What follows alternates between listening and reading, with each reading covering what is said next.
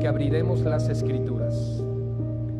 Padre, oramos porque tú hables a través de mi vida, Señor, que yo sea borrado, que yo no me vea, Señor, y que seas tú el que resplandezca en todo esto. Oramos también porque prepares los corazones, Señor, porque nos des entendimiento, sabiduría, discernimiento y dirección de tu voluntad como adoradores, Señor. Gracias por esta serie que hemos tenido durante estos 4 domingos. Ha sido por tu gracia, Señor, que hemos podido estudiar acerca de la adoración. Hemos podido comprender algunos principios que probablemente desconocíamos, pero agradecidos estamos contigo, Señor, porque es a través de tu palabra que nos muestras esto, Señor. Por lo cual entendemos que no es palabra de hombre, sino palabra de Dios. Y sabemos, Señor, que tu palabra producirá mucho fruto para la gloria de tu nombre. Señor, asimismo, haz tú lo que el hombre no puede hacer, Señor, que es salvar almas. Oramos por salvación el día de hoy también en este lugar. Padre, nosotros no podemos salvar a nadie. Tu palabra, Señor, nos dice que la salvación es de Jehová. Por lo cual, Señor, oramos también porque tú hables a los corazones en esta mañana que aún están endurecidos en sus pecados, en sus delitos, Señor, para que puedan venir al arrepentimiento verdadero delante de ti, a través de que la luz de tu evangelio resplandezca en sus corazones. Señor, oramos por salvación y visitación de tu Espíritu en esta mañana, a través de esta palabra, confiando en que eres bueno con nosotros, Señor, en el nombre de nuestro Señor Jesucristo. Amén y amén. Gloria al Señor.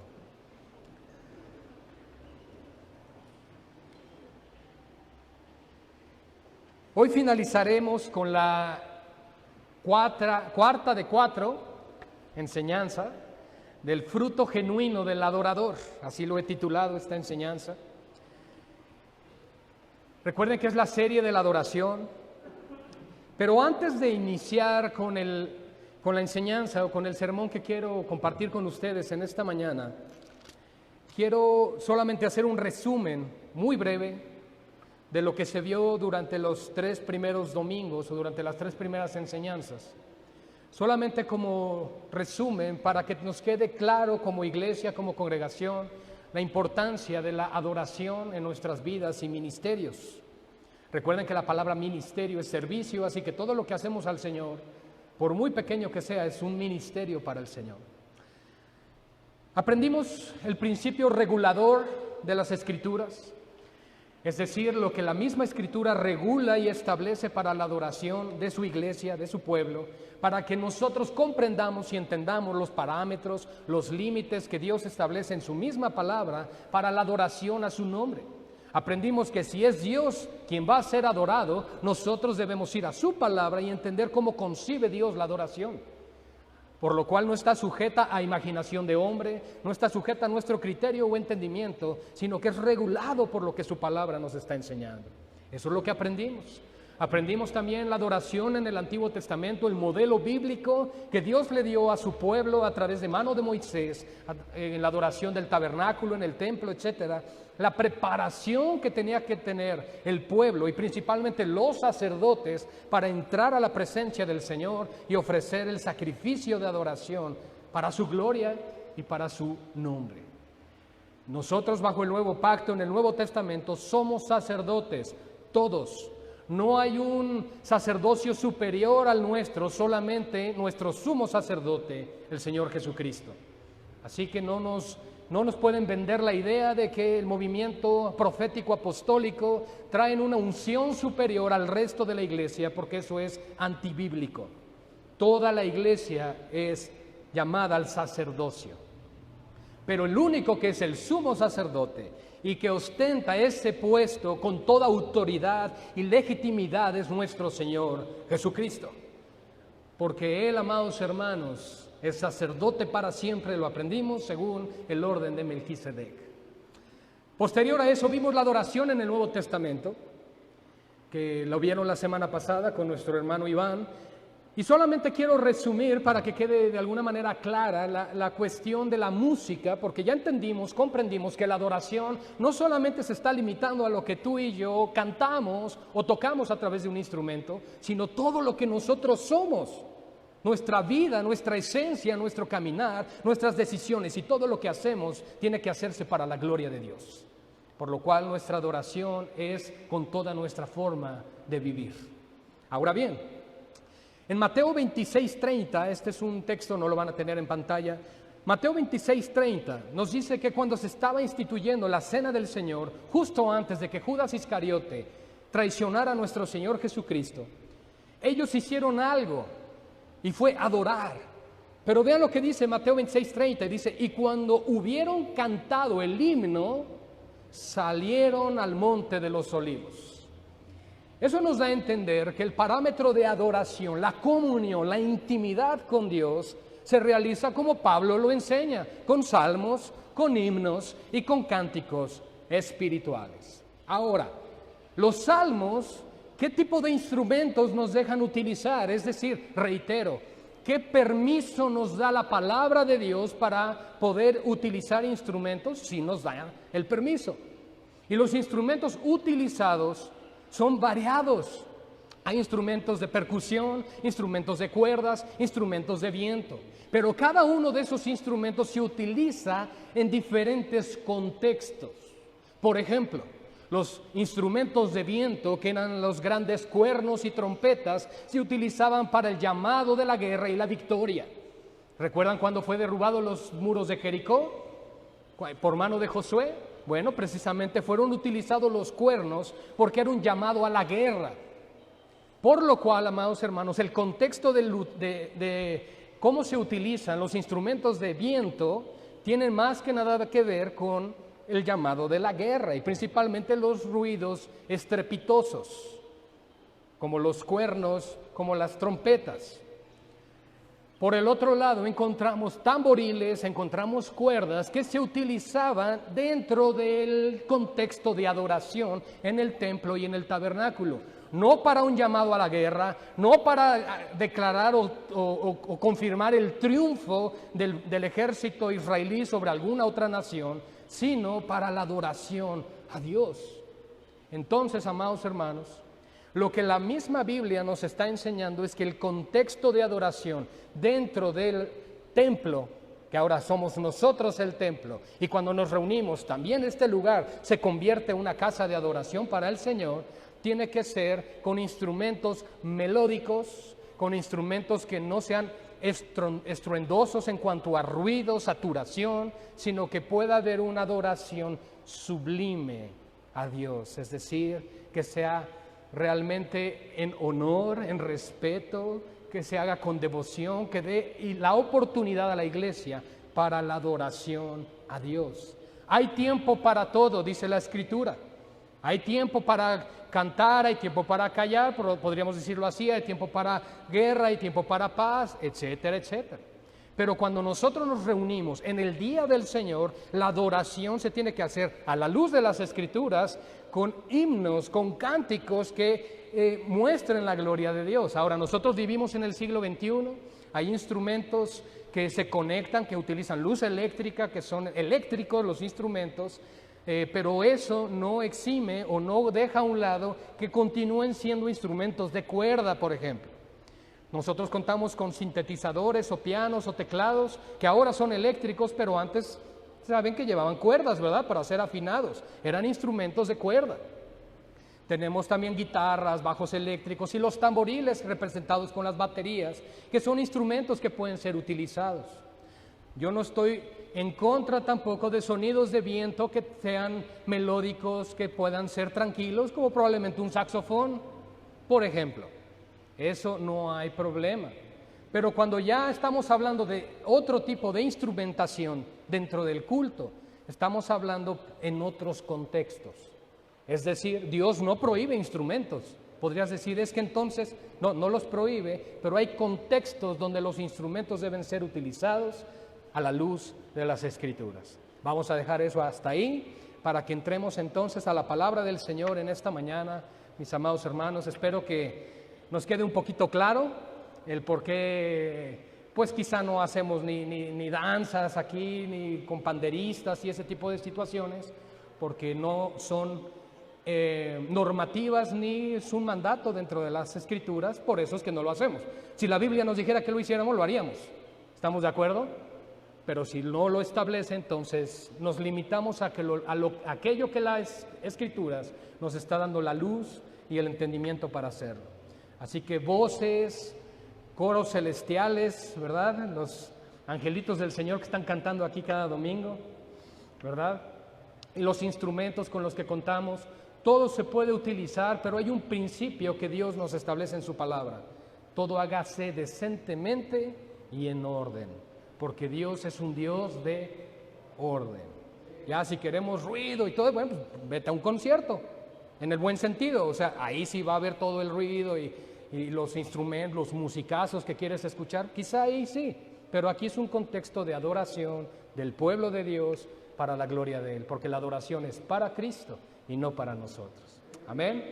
Abramos nuestras Biblias, por favor, Hechos capítulo 16. Hechos capítulo 16. Y estamos hablando en esta mañana del fruto genuino del adorador.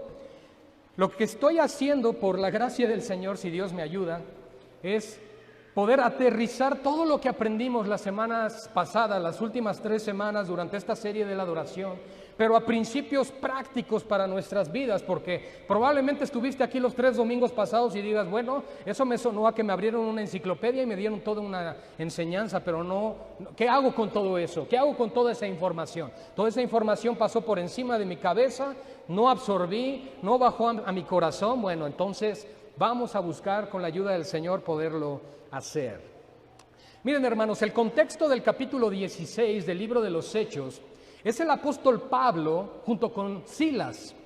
Ellos, desde el capítulo 15, tomaron la decisión de separarse de Bernabé y de Juan Marcos para emprender su segundo viaje misionero del apóstol Pablo. El contexto de lo que vamos a estar viendo hoy es el inicio del segundo viaje, segundo de 3 viajes que tuvo Pablo, de sus viajes misioneros, donde en el capítulo 16, verso 1, van a ver que Timoteo es cuando llega a las filas de la iglesia, que se convierte al Señor y comienza a viajar con el apóstol Pablo.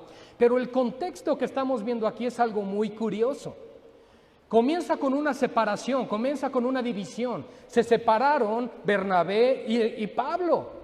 Bernabé y Pablo habían hecho los viajes, el viaje anterior, habían servido juntos, pero resulta que se separan. ¿Por qué? Porque Juan Marcos quería ahora volver a viajar con el apóstol Pablo, pero en un viaje anterior ellos los abandonó. Entonces Pablo dijo, no, este que no quiso ir con nosotros la vez pasada ya no vuelve a ir con nosotros. ¿Saben por qué deja Dios ese tipo de registros en la palabra? Para mostrarnos que Pablo era un ser humano igual que tú y que yo. Para mostrarnos que tenía su temperamento, su carácter y que de la misma manera tenía que lidiar con algunas circunstancias. Bueno, quizá alguno de nosotros hubiéramos dicho, ay, el apóstol Pablo, qué falta de humildad, ¿verdad? Nosotros bien santos y él de veras se pasa. Pero bueno, la realidad es que pasó eso, se separan y entonces Pablo dice, me voy con Silas y emprenden su viaje hacia Filipos. Filipos, aunque era una región, una comunidad que era pagana, por supuesto, no era del pueblo judío, estaba bajo la opresión del Imperio Romano. Recuerden que Roma en aquellos tiempos tenía prácticamente controlado toda la parte de Europa y todo el Medio Oriente. Entonces Filipos era una provincia romana, por decirlo así, bajo el yugo del César. Pablo y Silas van a esa dirección. Y cuando ellos llegan a Filipos, comienzan a trabajar con el Evangelio, comienzan a predicar y hay 3 conversiones, es decir, 3 personas que se convierten en ese lugar, que la Escritura en Hechos 16 nos está registrando. Y esas 3 conversiones, la primera de ellas es Lidia, una mujer que vendía púrpura. Y fue una conversión tan hermosa como la que todos nosotros quisiéramos ver cuando predicamos el Evangelio a cualquier persona, ¿verdad? Como cuando tú dices, ay, quiero compartirle el Evangelio a mi tía, a mi primo, y yo quiero que escuche, y Dios quiera. Y bueno, resulta, Pablo está predicando, y dice la Escritura que Dios abrió el corazón de Lidia para que estuviera atenta a las palabras de Pablo. Y inmediatamente después ella les dijo, vénganse a mi casa, y los recibió. Incluso dice la Escritura que los obligó a quedarse en su casa. Y pues Pablo dijo, bueno, pues está bien. Total, se quedaron en casa de ella. Pero qué hermosa conversión, ¿se imaginan? Están predicando y de pronto el Señor transforma, convierte, perdona, redime a una mujer que inmediatamente confiesa a Cristo. Qué hermoso que todas las conversiones fueran así. Pablo entonces en ese momento dice, todo va muy bien, porque ¿saben? Pablo y Silas fueron a Filipos debido a una visión que tuvieron. Sucede algo muy curioso en este capítulo 16. Pablo y Silas quieren ir a Asia a predicar, pero el Espíritu Santo se los prohíbe. Después quieren ir a otras regiones y el Espíritu Santo también les prohíbe ir ahí. Pero de pronto en la noche él ve una visión de un varón macedonio que le dice, vengan, ayúdenos. ¿De qué manera podían ayudar ellos? Pues llevando el Evangelio, porque solo en Cristo hay libertad. Entonces despierta de esa visión y dice, entendemos de cierto que el Señor nos llama a Filipos, a la zona de Macedonia. Bueno, lo interesante es esto, amados hermanos, y es lo que quiero que vayamos viendo en la narrativa de este sermón. Dios les prohibió en 2 ocasiones ir a donde ellos querían ir, para ir entonces al lugar que Dios había establecido que fueran. En otras palabras, Dios le está diciendo, no Pablo, no Silas, no van a ir a donde ustedes quieren, van a ir a donde yo los mande. Pero bueno, fueron obedientes, se sujetaron, se sometieron. Y después que ven esa conversión, ya estando en Filipos, de la mujer Lidia, vendedora de púrpura, viene otra segunda conversión. Yo estoy seguro que todos ustedes han escuchado de la joven que tenía un espíritu de adivinación. Pablo y Silas iban predicando, iban por las calles, seguramente anunciando, arrepiéntanse y vuelvan su corazón al Señor Jesucristo, Él es el verdadero Dios y la vida eterna. Y de pronto, una mujer se para detrás de ellos, pero con espíritu de adivinación. Pero esta mujer no hablaba mentiras. Decía, estos son siervos del Dios Altísimo que les anuncian el camino de salvación. Pues para ellos en ese momento hubiera sido, ya nos reconocieron, ya quítate los lentes, quítate el turbante porque ya saben quiénes somos. No, hermanos, ellos no iban en incógnito, ellos no iban así. Ellos claramente iban predicando el Evangelio. Y esta mujer pareciera que fuera un respaldo que Dios había enviado. Ellos podrían haber pensado, ¿lo ves, Silas? Aquella visión que tuve, el Señor me dijo, tienes que ir a Macedonia. Y mira, ya se convirtió Lidia, qué rápido se convirtió, casi estábamos comenzando a hablar y el Señor la cambió. Y mira ahora, hasta están reconociendo nuestro ministerio. ¡Wow! Fíjense cómo Dios va probando el corazón, cómo Dios va trabajando con sus siervos. Ahorita vamos a ir poco a poco hacia la aplicación de esta enseñanza. Solamente estamos manejando la introducción de a todo aquello que Pablo y Silas estaban observando como algo impresionante. Pero lo que no sabían es que estaba próxima la cárcel. La primer prisión para Pablo y para Silas se avecinaba en Filipos. Venía para ellos. Y ellos confiados, predicando, hablando la palabra del Señor. Y vamos a ver ahora entonces la tercera conversión y la cual hemos de señalar en esta mañana, que es la conversión del carcelero de Filipos. Pero antes de eso vamos a dar lectura a Hechos 16, versículos 5 al 12. Solamente quise darles una breve introducción para que entendiéramos el contexto histórico de lo que estamos viendo ahora. Así que las iglesias, verso 5, Hechos 16, eran confirmadas en la fe y aumentaban en número cada día. Y atravesando Frigia y la provincia de Galacia, les fue prohibido por el Espíritu Santo hablar la palabra en Asia. Y cuando llegaron a Misia, intentaron ir a Bitinia, pero el Espíritu no se lo permitió. Y pasando junto a Misia, descendieron a Troas. Y se le mostró a Pablo una visión de noche. Un varón macedonio estaba en pie, rogándole y diciendo, pasa a Macedonia y ayúdanos.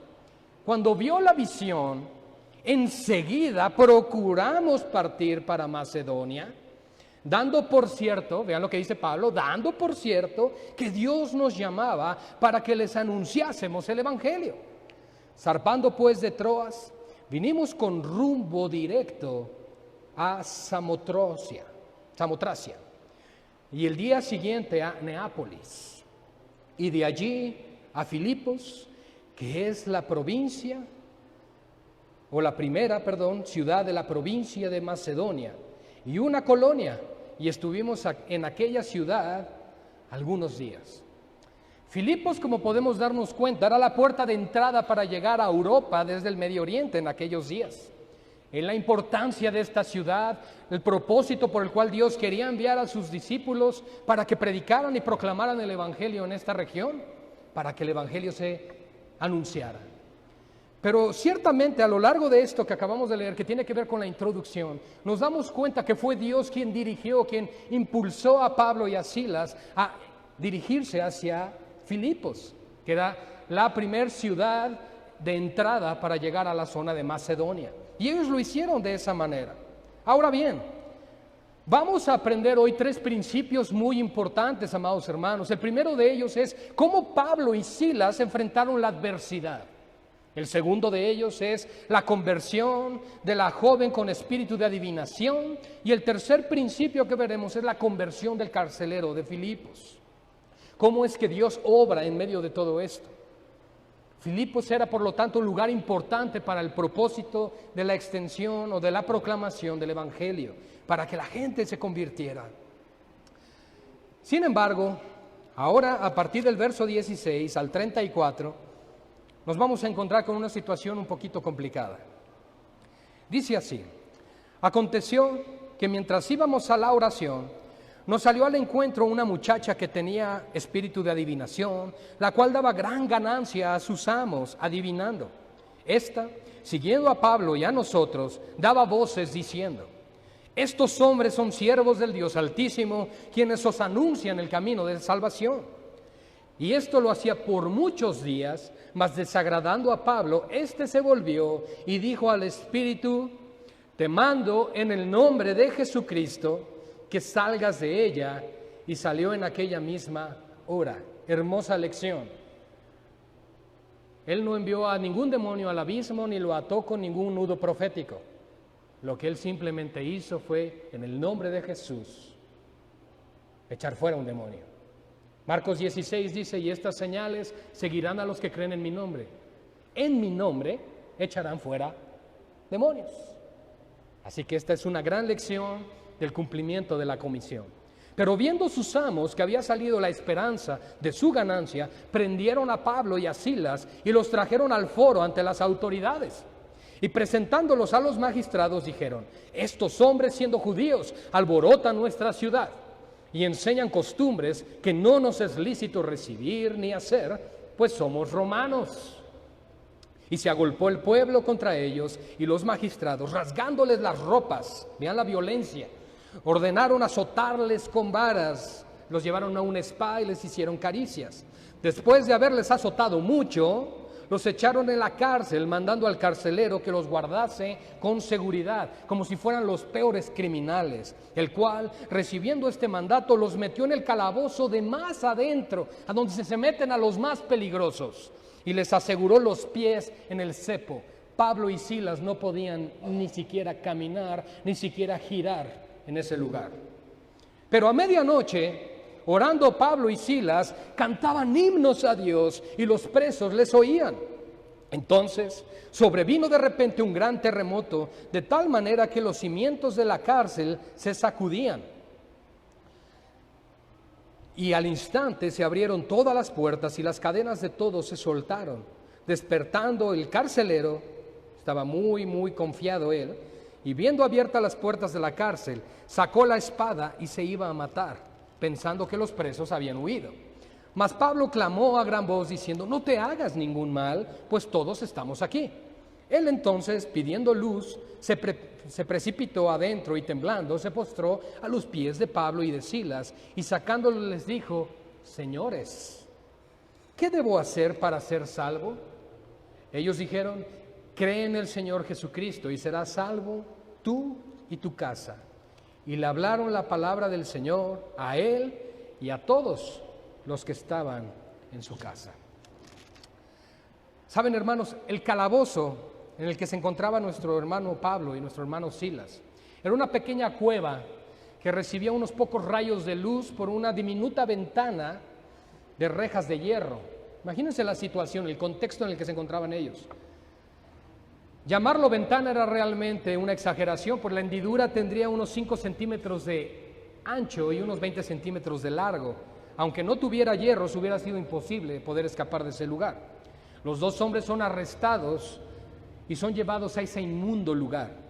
La tranca se coloca en la oxidada puerta de hierro y hace un sonido muy parecido como cuando ponen sobre los sepulcros o sobre las tapas de los sepulcros. Sus cuerpos en ese momento tenían llagas. Recuerden que habían sido golpeados con esas varas, lastimados. Tenían esas llagas.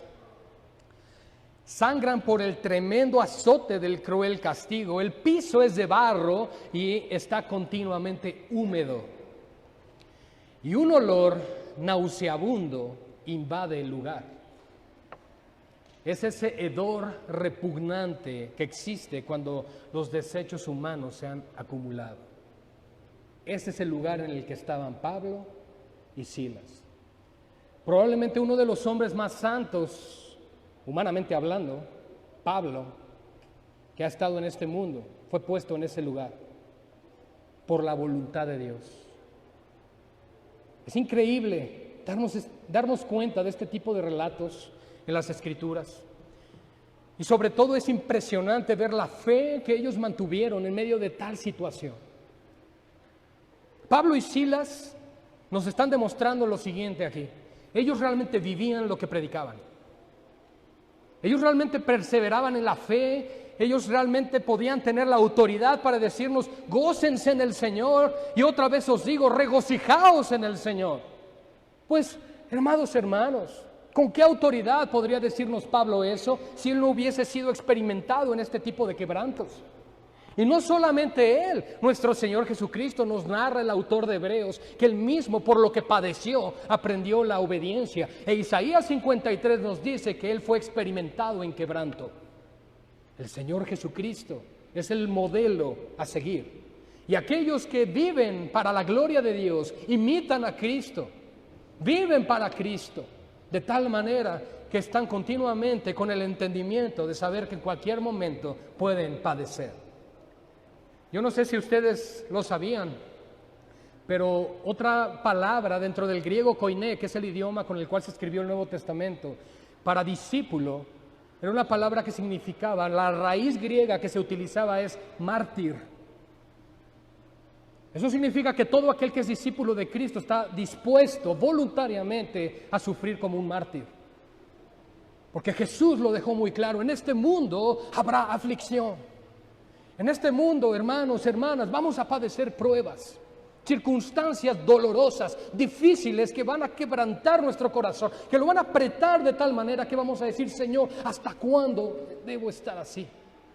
Dios va a permitir de tal manera algunas circunstancias en tu vida y en mi vida, hasta el punto, hasta el grado de que sepamos que solamente podemos depender de Él. Nuestro Señor Jesucristo, antes de ser entregado, cuando Él estaba en Getsemaní, en ese huerto, la palabra Getsemaní significa prensa, porque ahí prensaban las uvas, ¿verdad? Era un lagar donde ellos prensaban para sacar el vino. Lo que nos está dando a entender la simbología bíblica es que Jesús fue aplastado de tal manera en ese lugar que sabemos que se mezcló su sangre en su sudor, la hematohidrosis que Él vivió, porque hubo un temor extremo en Él. Y ese temor extremo se debió a que la ira de Dios iba a ser derramada sobre Él mismo en la cruz del Calvario. Cualquiera de nosotros tendría miedo, por supuesto, de la cruz, de los latigazos, de todo pues todo lo que sucedió con nuestro Señor Jesucristo, cómo lo torturaron, todo lo que sucedió con Él. Yo creo que cualquiera de nosotros diría, yo no quisiera pasar por algo así. Pero Jesús veía más allá y su temor no era por los clavos, no era la cruz, su temor no era la corona de espinos, su temor no eran los latigazos que le dieron, su temor no era cargar su cruz hasta llegar al Gólgota, su temor era que la ira de Dios iba a venir sobre Él. Y eso lo quebrantó de tal manera, amados hermanos, que Él tuvo miedo. Él estaba en Getsemaní quebrantado. Pero Él entendió que era el propósito de Dios tenerlo en ese lugar. Padre, no se haga lo que yo, sino lo que tú. Y el apóstol Pablo y Silas, que iban emprendiendo este viaje misionero donde todo parecía que iba muy bien, las primeras conversiones, aunque el texto no nos lo diga, pero podemos creer que la joven que fue liberada de este demonio de adivinación, pues fue salva, ¿verdad?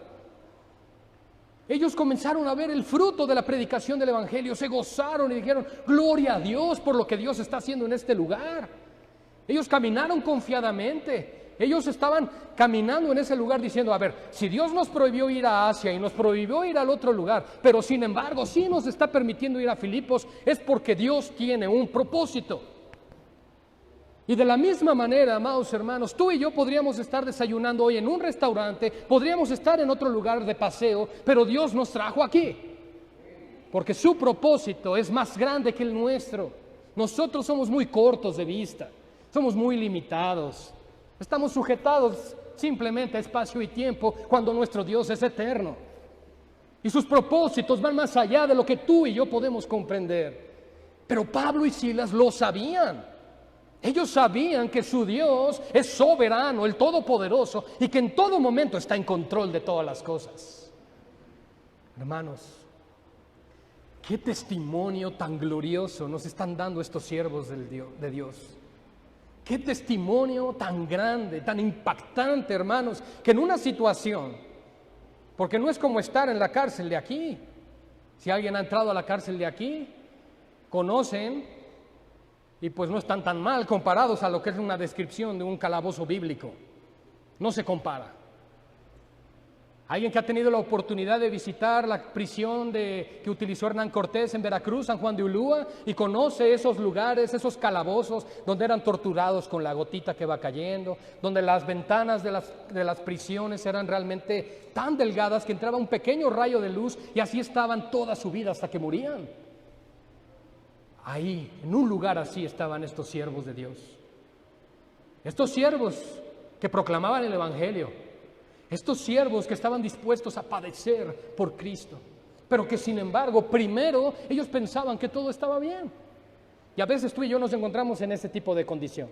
Pensamos, todo está bien, todo está bien. He ahí la importancia entonces de que las circunstancias no determinen nuestro gozo.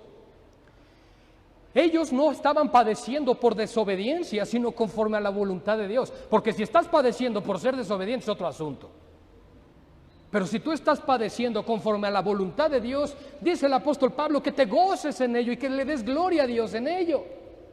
Porque los propósitos de Dios son mejores. Y su propósito es perfeccionar a Cristo en ti, formar a su Hijo en ti. Amados hermanos, Dios nos anhela de tal manera, con tal celosía, que es tan importante transformar el carácter y el corazón de una persona. El problema es que a veces nuestro conocimiento crece más rápido que el carácter. Y no somos dispuestos a someternos porque pensamos que creemos más que otros o que conocemos más que los demás. Nuestro carácter debe ser moldeado. El conocimiento envanece, pero el amor edifica. Lo que la Escritura nos está diciendo es que nuestro conocimiento debe ser equilibrado con el carácter. Y la única manera de que nuestro carácter sea formado son con las pruebas. Gloria a Dios. Solo a través de las pruebas el creyente es perfeccionado. Cuando tú y yo no estamos probados, siendo probados por el Señor, no oramos, no leemos la Biblia, no le damos la importancia al congregarnos, no adoramos de la misma manera porque todo está bien. Pero cuando vienen las pruebas, entonces nuestra fe es probada. Y el Señor dice en la Escritura, para esto te he puesto aquí, para probar tu corazón. Hermanos amados, tú y yo vamos a ser probados. Si no estás pasando por una prueba en este momento, vendrán las pruebas. Pero ruego a Dios que a través de la enseñanza de hoy, tu carácter sea formado de tal manera y sea hecho conforme a la imagen del Señor Jesucristo, que cuando éstas vengan, tu gozo no dependa de las circunstancias, sino del poder de Dios. También, hermanos, la adversidad nos va a hacer crecer. ¿Qué nos va a hacer crecer? Los músculos de nuestra fe. Digamos que cuando nosotros estamos pasando por pruebas, es el gimnasio de Dios. ¿Alguien conoce lo que es el gimnasio? El gym, es más moderno, ¿no? Bueno, en inglés, gym. Bueno, ¿a qué vamos a ese lugar? A fortalecer el cuerpo, a ejercitarnos. etcétera, etcétera, ¿no? Si vas a un gimnasio, solamente guarda tus ojos, guarda tu corazón y haz lo que tengas que hacer. Pero las pruebas nos meten en el gimnasio de Dios. Y no para fortalecer los bíceps, no para, que los gemelos, no, para fortalecer la fe. La fe necesita ser probada. Y la Escritura dice que es probada con fuego. Eso significa pruebas. En el momento en que Jesús te recibe como hijo, dice que no debes menospreciar la disciplina del Todopoderoso. Porque Él azota y reprende al que recibe por hijo. Si no, serías bastardo. Pero si eres su hijo, va a tratar contigo de tal manera, te va a humillar de tal forma, que diga: Señor, perdóname. Pensé que todo esto se trataba de mí, pero ahora recuerdo que tú eres el Señor. Y eso es lo que Dios quiere trabajar con nosotros. Moldear a Cristo de tal manera en nuestro corazón y en nuestras mentes que digamos: Señor, no puedo depender de nadie más que de ti, y no puedo depender de otra cosa más que de tu palabra. Que la palabra de Dios es verdad. Dios sabe, hermanos, quiero decirles algo, y si estás pasando por una prueba difícil en tu vida en esta mañana, yo quiero decirte algo. Dios sabe que nosotros no podemos soportar demasiado. Dios no se olvida que somos polvo. Dios no se olvida que fácilmente nos quebramos. Dios no se olvida que fácilmente nos decepcionamos, que fácilmente nos desesperamos. Pero tenemos que aprender a que nuestro gozo y contentamiento reflejen al adorador que somos. Que verdaderamente nosotros podamos, como Pablo y Silas, en medio de las circunstancias más adversas y terribles que estaban viviendo en ese momento, pudieran orar y cantar al Señor. Eso es lo que hicieron. Porque yo quiero decirte algo: cuando tus ojos están puestos en Cristo, se ora y se canta. ¿Qué dice Santiago? ¿Estás afligido? Pues ora. ¿Estás alegre? Pues alaba al Señor. ¿Eso qué nos da a entender? Que sí, estaban pasando por aflicción, pero había gozo en el corazón de Pablo y de Silas, porque sabían que estaban viviendo bajo el propósito de Dios. Cualquiera de nosotros hubiese puesto los ojos en la prisión, en la cárcel, en el calabozo, en el contexto de la situación. Señor, esto es terrible lo que nos está pasando. ¿Por qué nos enviaste a este lugar? Estábamos mejor en Egipto, como decían aquellos que salieron en el Éxodo. Pero cuando tus ojos, reitero, están puestos en Cristo, se ora y se canta. Pero cuando no, entonces uno llora, uno se queja, uno murmura, uno juzga y uno critica. ¿Por qué? Porque las circunstancias definen lo que soy, cuando lo que debería de definir lo que soy es Cristo.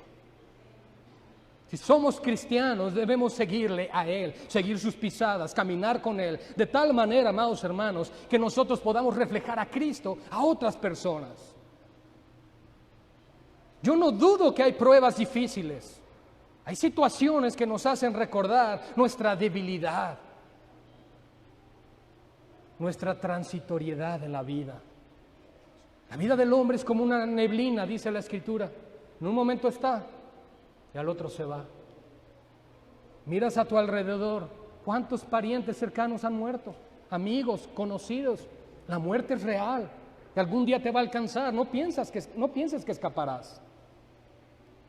Tienes que prepararte para la vida eterna. Eso es a lo que venimos a la congregación. Nosotros no venimos para exigirle a Dios como niños caprichosos: yo quiero mi Lamborghini, yo quiero mi jet, yo quiero mi casa de tantos pisos. No, nosotros venimos a decirle: Señor, sálvame, ten misericordia de mí. Mi alma perece si tú no me salvas, Señor. Lo otro, casas, viajes y todo, gloria a Dios si te lo da. Eso se llama añadidura. ¿Y es bendición de Dios? Sí, es bendición de Dios, si lo ganaste honestamente. Pero, si no es así, teme, porque aún las riquezas que rápidamente se obtienen, al final no son prosperadas, dice la Escritura, porque de Dios nadie se burla. Nadie. Es muy importante comprender estos principios, porque no estamos leyendo el teleguía en esta mañana. A ver, ¿qué tiene el periódico para hoy? A ver, ¿qué tiene hoy para nosotros el periódico? Pásame la sección de noticias, vamos a leer eso, iglesia. No, hermanos, estamos leyendo la palabra de Dios. Y la palabra de Dios tiene su propósito de llevarnos a la vida eterna. No venimos aquí a entretenernos, no venimos aquí solamente a escuchar un buen sermón, sino a prepararnos, a discipularnos cada día, sabiendo que la muerte puede llegar mañana o en 20 o en 40 años, pero para que cuando llegue el día podamos llegar y escuchar la voz del Señor que nos dice: pasa, siervo fiel, al gozo de tu Señor.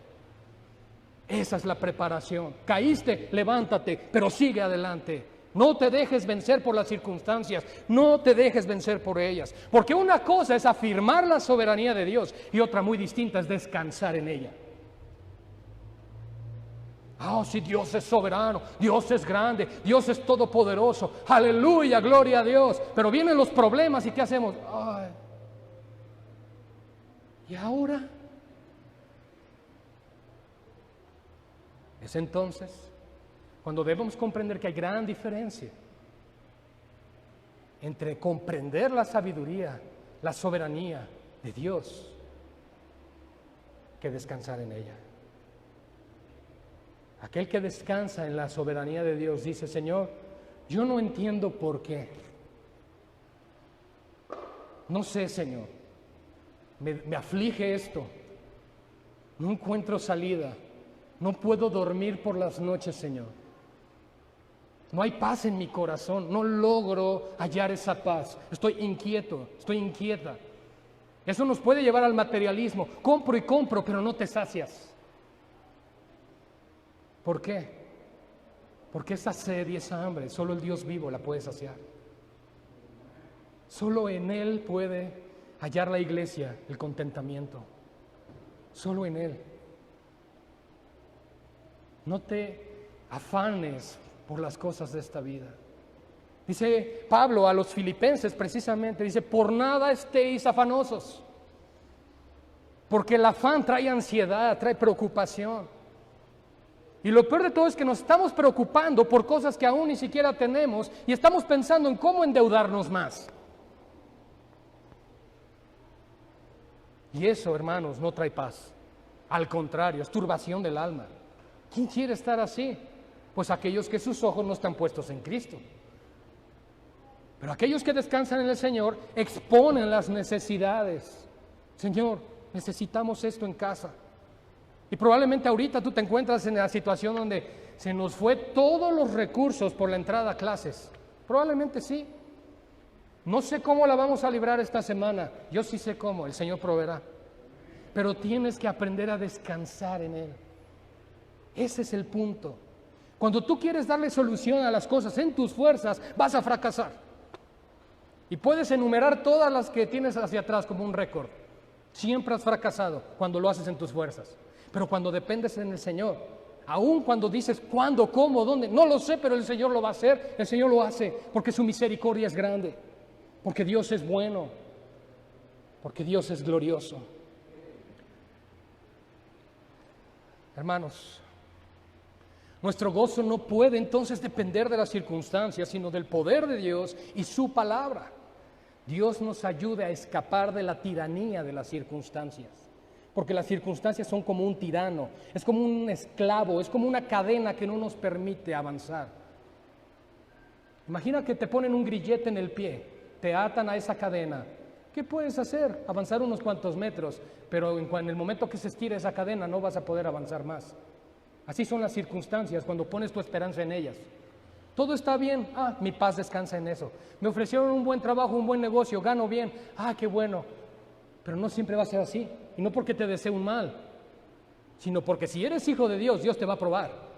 Y principalmente te va a probar en lo que tú amas. Y si tu amor está puesto en el dinero, por ahí te va a llegar. Tarde o temprano. No rinde, no alcanza, y ahora ya estás en déficit. Ya debes. Los intereses te alcanzan, te consume la ansiedad, no sabes qué hacer.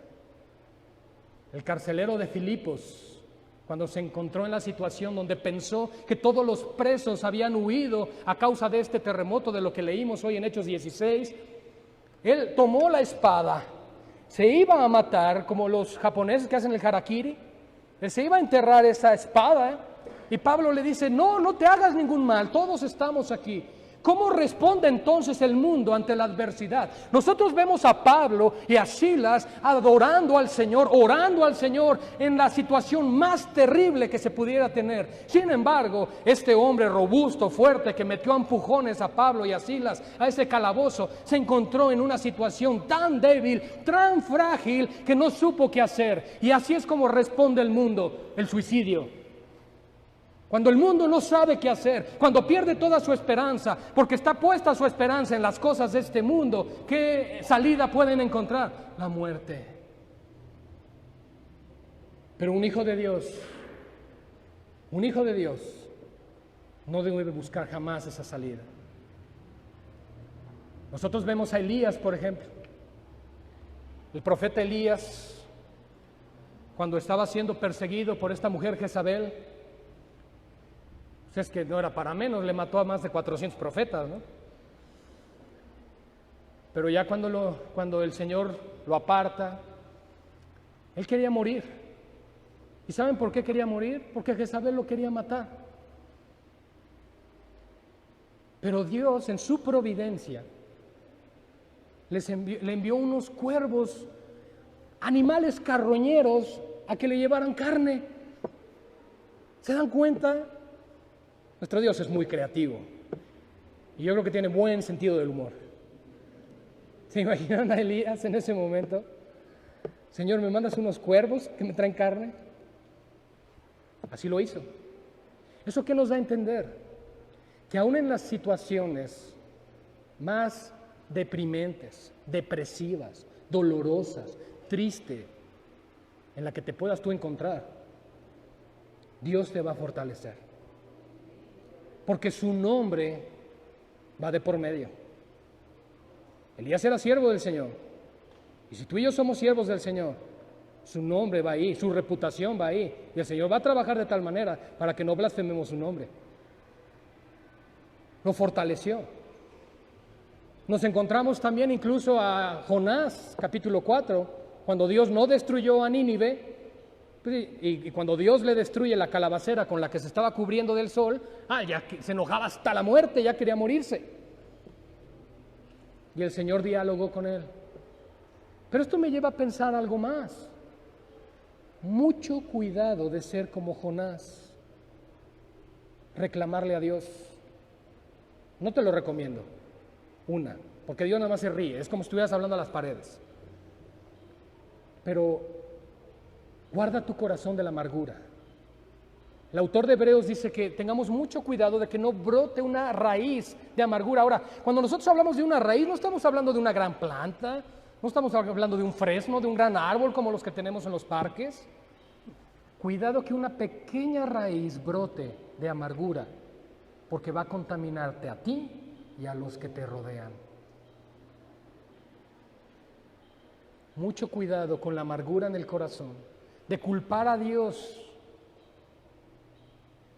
Pablo y Silas pudieron haber dicho, sí, pero fue Dios el que nos trajo aquí. Él me dio la visión, mira, nos prohibió ir a Asia, nos prohibió ir a Frigia, nos manda acá y ven lo que nos pasa. Y pudo haber volteado Silas y decir, híjole, yo que me sentía tan bien de venir con el ungido del Señor, y mira ya cómo nos fue. Pero me encanta cómo estos siervos de Dios responden. Llegó la medianoche, fueron azotados. Hermanos, es que probablemente no entendemos eso. Probablemente tu amargura, tu situación, tu dolor, tu sufrimiento, dices, es que nadie lo puede experimentar porque yo lo estoy sintiendo. Sí, probablemente yo no te puedo entender porque no estoy viviendo lo que tú estás viviendo. Pero Dios sí te entiende. Dios sí sabe por lo que estás pasando. Dios se hizo hombre en la persona de Jesucristo y fue tentado en todo, pero sin pecado. Porque Él era 100% hombre y 100% Dios. Sin embargo, Él puede compadecerse de nosotros. Dice la Escritura que tenemos un sumo sacerdote que intercede por nosotros en los cielos, pero que se compadece de nosotros porque Él fue tentado de igual forma. Él sabe tu debilidad, sabe tu sufrimiento, sabe lo que te duele en tu corazón. Él es el único que lo sabe a perfección, incluso mejor que tú. Pero tienes que ir a Él. Pablo y Silas estaban experimentando dolor, no solamente en su corazón, físico también. Habían sido lacerados, latigados en su espalda. Imagínense cómo corría la sangre. Y no solamente les bastó eso, sino que los meten en el calabozo de hasta el fondo, donde meten a los más peligrosos, los humillaron de tal forma, y luego les ponen sus pies en el cepo. El cepo son dos piezas de madera que se unen, abrazan los tobillos, o probablemente han visto esos cepos donde meten la cabeza y los dos brazos quedan así. No te puedes mover. Ahí estaban ellos. Si tenían que hacer sus necesidades, así hacían sus necesidades. Espero que entendamos un poco el contexto de la situación, la aflicción. Pero son enseñanzas que Dios nos deja en su palabra para que aprendamos a depender de Él, aún en lo más difícil que estemos. Ellos estando ahí, observando su situación, analizando todo cómo se había venido dando. Oye, mira, se salvó Lidia, luego esta joven que le echamos fuera el demonio, oye, todo iba muy bien. Pero resulta que echando fuera al demonio de esta mujer, de esta joven, sus amos se enojaron de tal manera, porque perdieron la esperanza de su negocio. Recordemos que Filipo era la puerta de entrada para Europa desde la zona del Medio Oriente, o sea que era un lugar comercial sumamente importante. ¿Y qué sucedió en ese lugar? Pablo y Silas fueron encarcelados por el soberano Dios. Sí, porque Dios lo permitió. ¿Y por qué Dios permitió todo eso? ¿Por qué Dios permitió esa aflicción tan tremenda en las vidas de estos discípulos? Simple y sencillamente Dios les responde: para salvar al carcelero.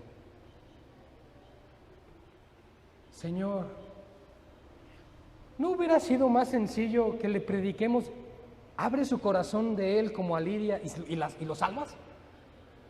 O, por ejemplo, que él hubiera hecho cosas raras, volteamos, oramos por él y lo salvas, como lo hiciste en las dos ocasiones anteriores, Señor. ¿No hubiera sido más fácil? Esto nos lleva a entender que hay veces que las cosas siguen un curso sencillo, bueno, cómodo para nosotros. Qué bueno es cuando todo es cómodo. Qué bueno es cuando cada semana recibes tu cheque. Qué bueno es saber que cualquier situación cuentas con tus seguros.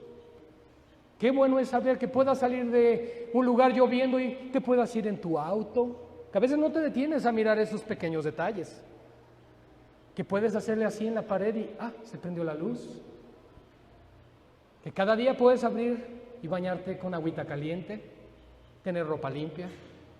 Eso es misericordia de Dios.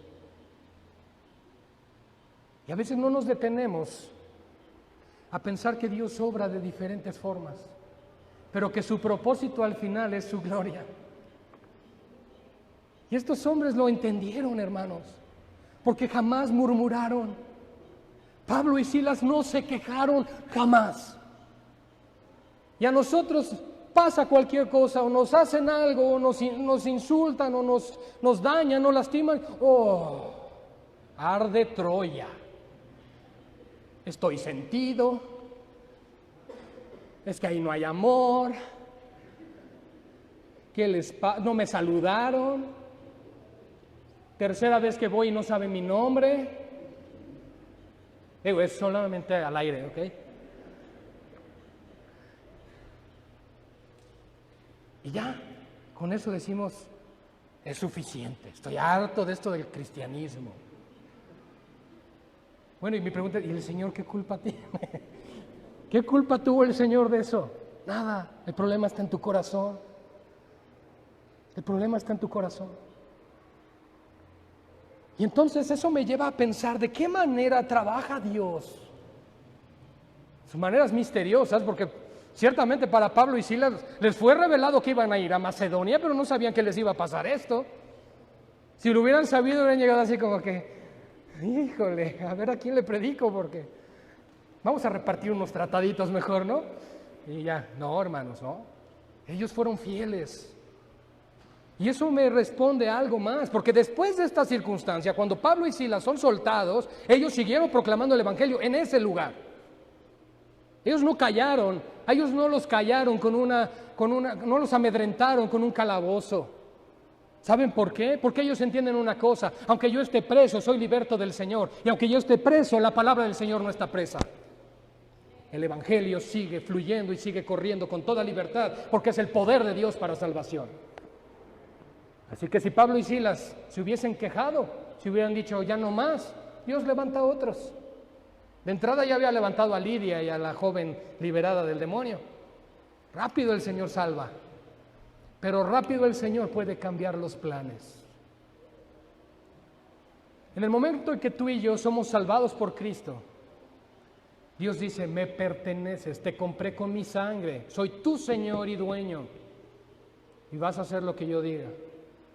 Y nosotros decimos: sí, Señor. Y yo les voy a dar una recomendación, iglesia: es mejor humillarse que esperar a ser quebrantados. Es mejor decir: Señor, heme aquí, envíame a mí, a que el Señor tenga que tratar de tal manera para que entonces aprenda la disciplina. Pregúntale a Jonás cómo le fue. Saben, hermanos, un día quizá tengas que pasar por el trago amargo de la muerte de un ser querido, o beber del trago amargo de la decepción de alguien que pensaste que jamás te iba a traicionar. Pero debes saber, las personas a tu alrededor te pueden traicionar y pueden morir, pero Dios siempre estará a tu lado. Él siempre estará ahí, porque Dios es bueno. Las circunstancias pueden cambiar. Estoy concluyendo. Las circunstancias pueden cambiar, hermanos. No pongas tu esperanza en tu negocio, en tu trabajo, en tu puesto, en tu inteligencia, en tu sabiduría, en tus posibilidades. No pongas tu mente ni tu corazón en ello. Si alguien era inteligente, sabio y versado, era el apóstol Pablo.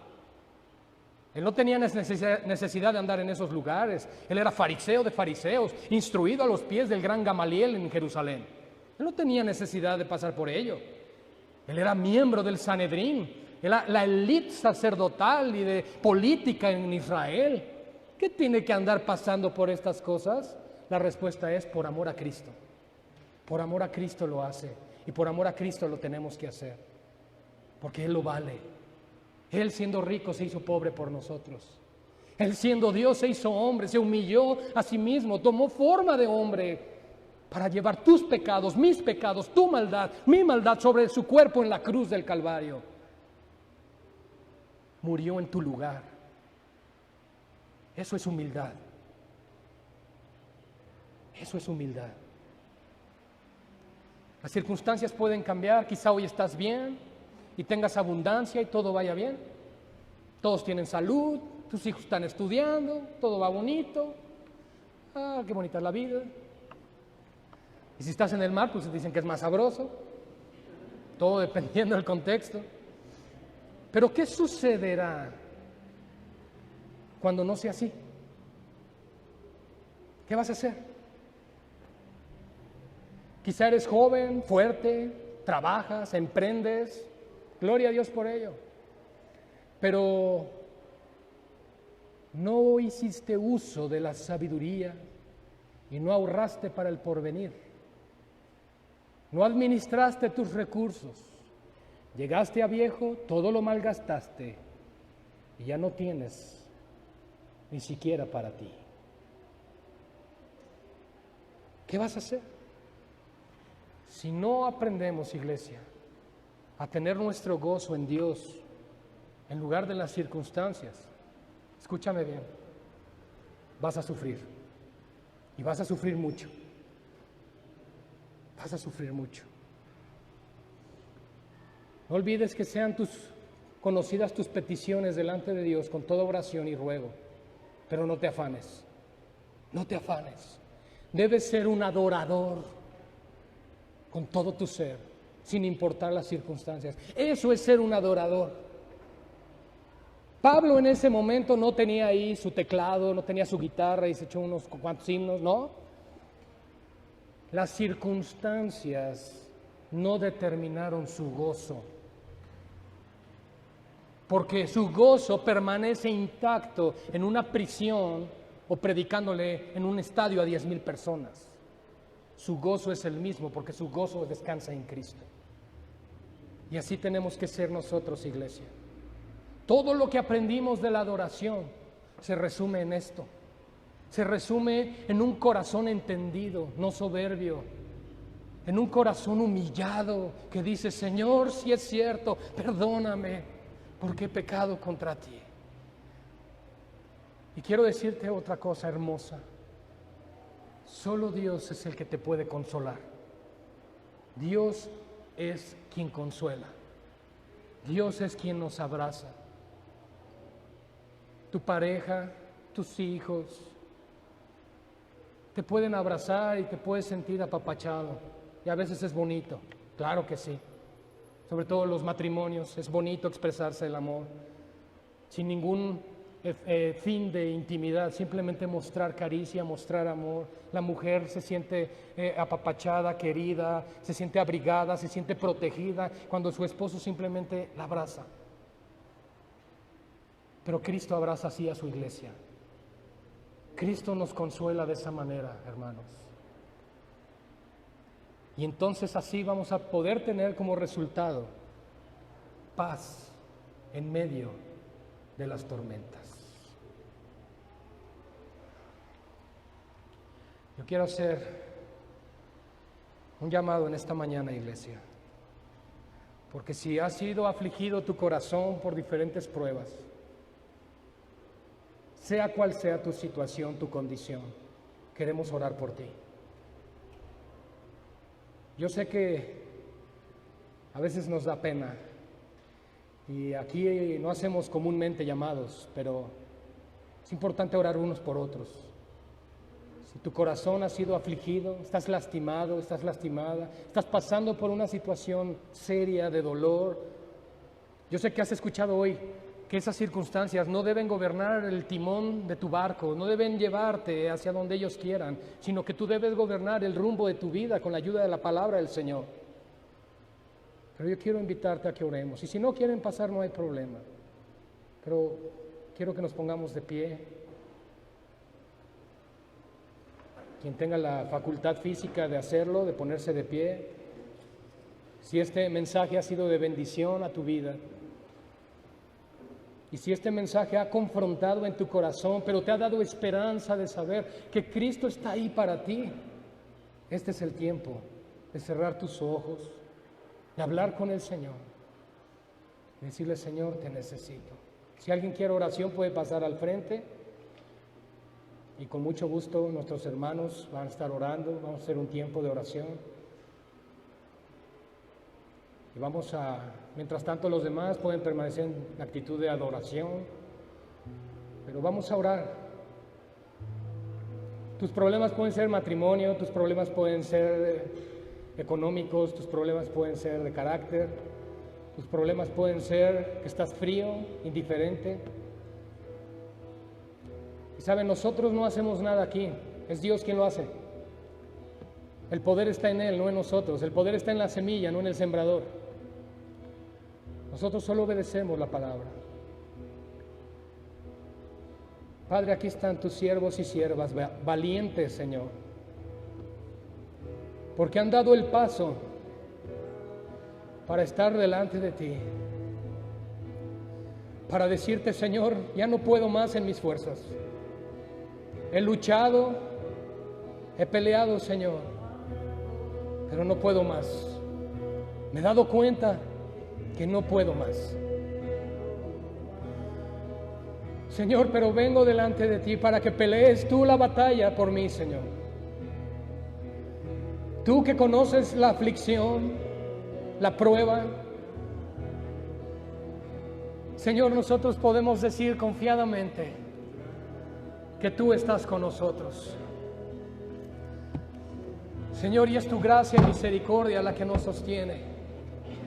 Es tu gracia y misericordia la que trae la paz que nosotros necesitamos en nuestro corazón. Padre, ve aquí a tus hijos, ve a tus hijas, están siendo atribuladas, Señor. Visítales, Padre, en esta mañana. Reconfórtales en su corazón. Que se humillen ciertamente, Padre, para reconocer que probablemente han peleado en sus fuerzas y no han dependido de ti. Que han puesto sus ojos en las circunstancias y no en tu palabra. Pero, Señor, oramos por misericordia. Padre, trae libertad a tu pueblo, Señor, en esta mañana. Que la tiranía de las circunstancias no se enseñoree de nosotros, porque tú eres nuestro único Señor. Tú eres Dios sobre todas las cosas, Padre. Te pido, Señor, por mis hermanos, mis hermanas, por los matrimonios, Padre, por los padres de familia, por los jóvenes, por los hijos, por los corazones que están siendo probados hoy, Señor. Tu palabra dice que el lloro durará una noche, pero por la mañana vendrá la alegría. La prueba no durará para siempre, Señor. Eso lo sabemos. Pero en ocasiones, por nuestra incredulidad y por la dureza de nuestro corazón, prolongamos las pruebas. Por eso oramos, Señor, porque hoy podamos ser quebrantados delante de ti. Porque podamos ser humillados delante de ti, Señor, y que reconozcamos que Jesucristo es nuestro Señor, para que así como Pablo y Silas, en medio de la adversidad, de la prueba más difícil, Señor, ellos puedan mostrarnos a nosotros el gran ejemplo de la fe en medio de las circunstancias.